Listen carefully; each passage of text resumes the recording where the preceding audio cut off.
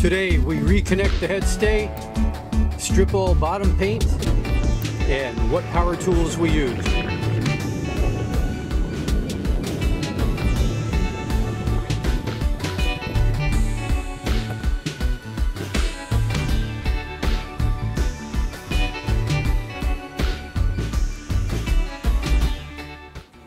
Well, as you can see, Patrick's been doing a ton of work to the bottom of the boat, more than we ever expected to do, but it's all for good reasons. So, because we're getting ready to cross the Atlantic Ocean and go to Uruguay, and not sure I want to go much more south than that because it sounds awful cold. I mean, I have my requirements, but we'll see. I've offered Rebecca a hot water bottle.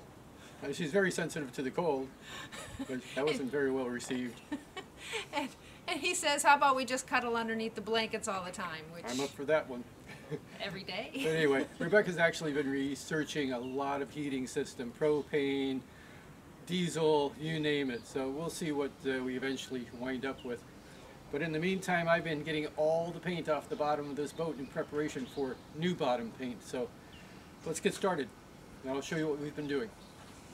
Normally, if we were going to be hauled out for a week or two and I had to disconnect the head and inner forestay to fit on the travel lift, I would just let them hang off to the side and rely on the spinnaker halyard and the running pole topping lift to help hold the mast in place. But since we're going to be here for months and months, we really don't know how long, I wanted to put the head stay back in place by putting the head stay back into its chain plate and going to the back stay turnbuckle.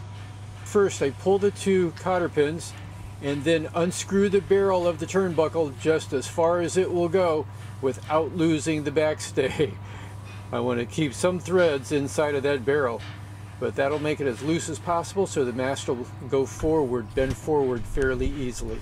So I have the spinnaker halyard fastened at the front of the boat and cranked down tight, and the running pole topping lift is also very tight against its bridle, which is fastened to the bases of two lifeline stanchions. All of this to help pull the mast forward just as much as possible so that we can set the clevis pin back into the chain plate. And I have a block and tackle set up here to the anchor keeper, pulling everything forward and down to get that sag out of the head stay. And now I have it almost aligned. It's got to come down on the block and tackle just a little more, another ½ inch.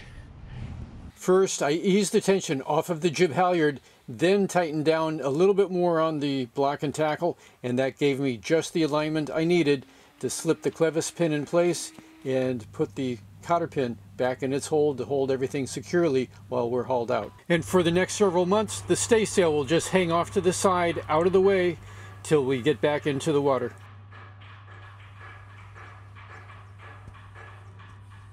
There are a lot of projects to be completed on this boat over the next several months, but the two most major projects is to prepare the bottom for the application of Coppercoat, a very special anti-fouling product. But that means I need to remove all the old anti-fouling and completely prepare the hull very specially for that application. And at the same time, I'll be digging into all of these resin blisters above and below the waterline and treating those and making everything nice, solid, and secure for our future travels across the Atlantic, and we'll see how far south we get. But the first major problem is to get rid of all that anti-fouling paint. I really wanted to have the boat sandblasted, quick and easy, but sandblasting operations here had made such a tremendous mess of all the surrounding boats that they don't allow sandblasting of boats anymore. So I had visions of hand scraping with large two-handed scrapers like Brian Rolfe did on his 27-foot boat Tarka, The Adventures of Tarka, a very fun YouTube channel. Although those scrapers are available anywhere in the US and just about anywhere throughout the Caribbean, the largest scraper I could find in South Africa was this triangular scraper. It just would not do. So we had to check into other alternatives, other methods. We tried disc sanding but the paint is just far too soft. It would just plug up 36 grit sandpaper instantly, and so sanding was not an option to remove the bottom paint. So we went out and bought 2 electric paint strippers. Warning, warning! Using a heat gun to remove the bottom paint is controversial, and you should do research yourself if this is the best method to remove anti-fouling paint from your sailboat. Damage to underlying gel coat is a major concern, especially with the heat gun in the wrong hands due to the area being overheated. The substrate below may also be affected. There are also carcinogenic fumes that are created when bottom paint is heated, so removing it on a windy day is best. Removal with the lowest possible heat setting is preferable. These are heaters, high temperature heaters that will melt the paint, and you follow right behind with scrapers and just scrape the melted paint off of the boat. Very time consuming, but it was a good thorough method to get most of it off. This would take at least 2 weeks of continuous work for 2 and sometimes 3 men operating the powerful tools. So it starts out slow, but with a little practice, each person gets their own routine, their own method, their own way of doing it, and they just keep at it all day.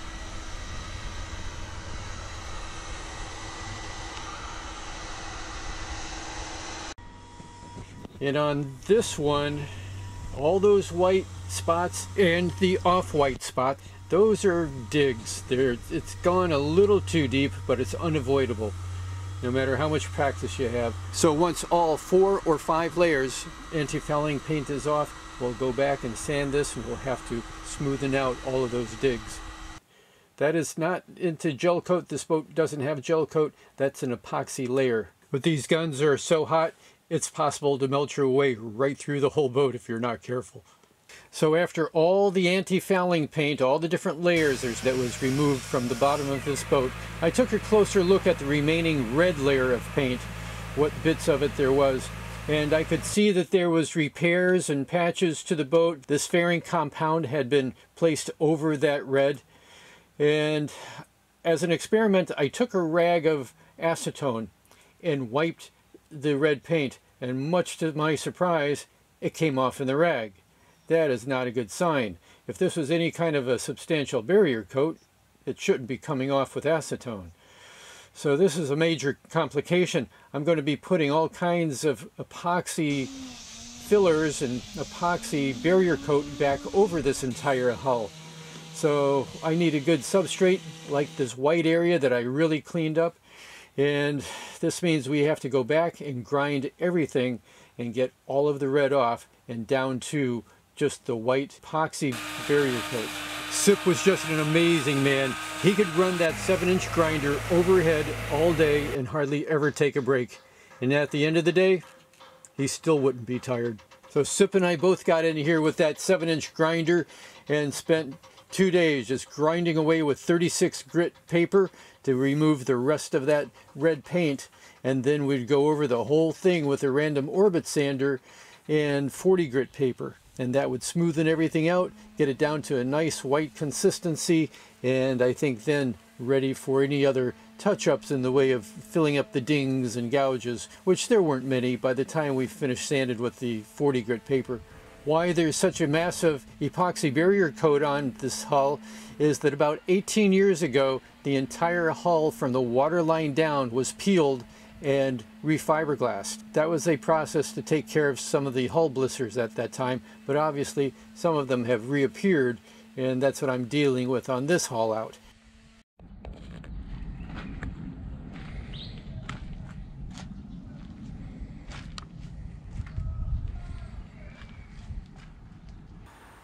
These are most of the power tools that we have used while doing the bottom work on this boat, all the sanding and smoothing out of things. But it all starts with this transformer. It changes 110 to 240. In these foreign countries, it can be anywhere in the range of 220 to 240 volt. Or from 240 to 110.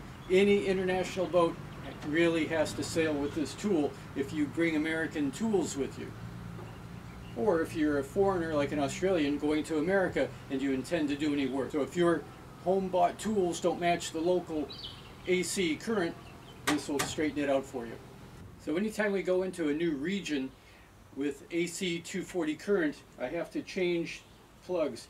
This is a plug from Southeast Asia. Now we're in South Africa. So I changed the plug over so I can plug into their outlet here.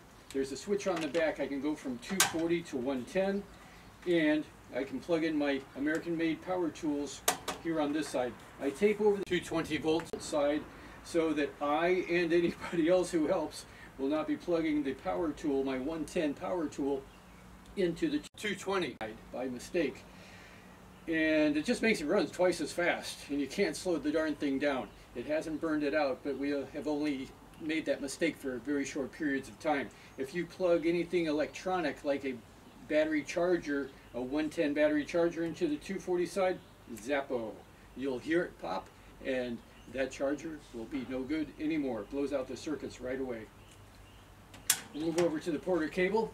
This 7-inch disc size Porter cable, I bought this back in, when was that, 1987, and did a lot of grinding on houses, prepping them for painting, and it's still good.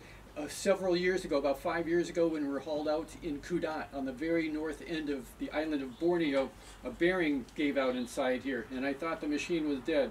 But Rebecca went down to a local tiny little hardware store. They had the bearing that goes inside, and the same day I had it functioning again. So a lot of these tools, you think they're dead because the bearings burn out or the brushes burn out. You might smell them burning, electrical fire, and they stop working. Simple replacement of the parts, get them going again. I like this tool. It normally comes with a handle. I don't know what happened to it. We never really use that side handle anyway. We just hang on to it like this. But there's a backing plate here.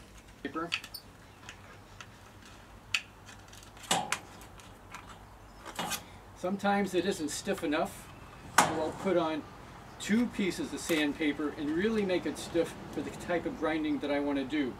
Normally you only use the outer 1/3 of the disc. You don't hold this flat against the surface, just the outer 1/3, and you don't really want to use just the outer tip either. It's a waste of paper then. There are times when I really need a flexible piece of paper on here to get into grooves, and I'll just put the paper without this backing plate onto this little backing rubber pad here, and that way this disc can really fold into places and get a nice curved surface where we need it. Very versatile. And Porter cable, made in America. A lot of other countries, they've never heard of that brand. This is something I bought in 1987 also, a Porter cable random orbit sander. It's done a tremendous amount of work over the past 12 years on the bottom of this boat. And just Velcro discs that go on the front here. This is a 6-inch disc, so it's very big, very efficient. And just the other week, after all these decades of use, like I say, 1987 I bought this thing, a bearing went out inside here. And there again, I thought, being American made, here we are halfway around the world, the local repair shop had the bearing to fix it with. A lot of these parts, internal parts, are universal. So as soon as I dropped this off at the shop to be fixed, I went out and bought this one because we had to keep working. And this is a Bosch 6-inch random orbit sander. It is 220 volts, and the guys who've been working on this boat, they seem to like this one better than the Porter cable. It's a little faster and a little more aggressive in the way it sands.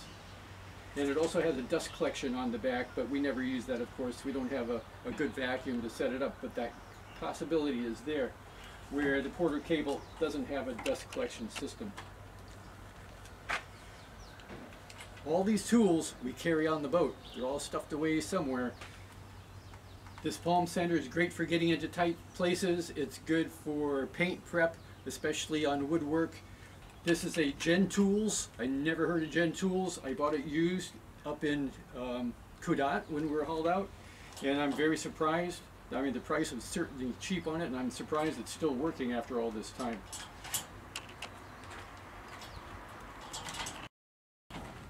This angle grinder is almost as old as the other 2 disc sanders, and I started out using this with a masonry disc to kind of dig into some of these bubbles and blisters, but being such a stiff disc, it's hard for me to get a nice contour.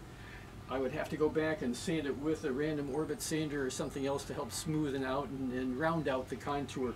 A smoother, less aggressive disc would certainly do a better job. When we decided that we had to heat strip the 4 or 5 layers of anti-fouling off of this boat, I just went out and bought the cheapest heat guns because it's going to be a one-job use. It seemed like all the heat settings amongst the brands were really the same. So I just went with price, and it lasted through the job. I have no more use for them now. They've paid for themselves, I feel. This is a 220, of course, since I bought it locally here in South Africa. It uses their 2-prong South African plugs, which is strange because you can't plug this in to a wall outlet. You have to use this kind of a plug, so it takes an adapter to plug this into here. And now I can plug it into an extension cord or a wall outlet. My 110 DeWalt, boy, this is an oldie too. But I use this for putting in a wire wheel for cleaning up bronze fittings through hulls. Also the prop strut and the stainless steel rudder shaft. But it's also good for using these little drum sanders. Put these in here, and I can get a nice contour in different areas. And there's different sizes. I got these actually at a shop that sells Dremel tools. So good variety of tools is what you need for doing this kind of work. Like I say, these tools go with us everywhere, and they've all more than paid for themselves. So Sip, who's the best person you ever worked with? Oh, me? Yeah. Oh, you? Me? Yeah. No, why is that? Oh, because we have good boss, good pay. Yeah? Yeah. Whoa, I might have to give you a raise next year. No, that should be thank you. I would thank you for that, man. That should be good. Of course, we just rehearsed that.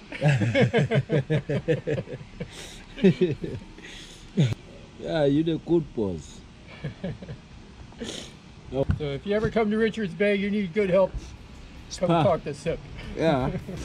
Don't forget Miss Rebecca inside here. Yeah. Next time, we find that for decades, there has been something quite missing from our keel. And we'll see what other projects we have made major advances on. Also, up in the video description, there is a link to a tip jar if you don't mind helping out. Thank you very much, and we'll see you next time.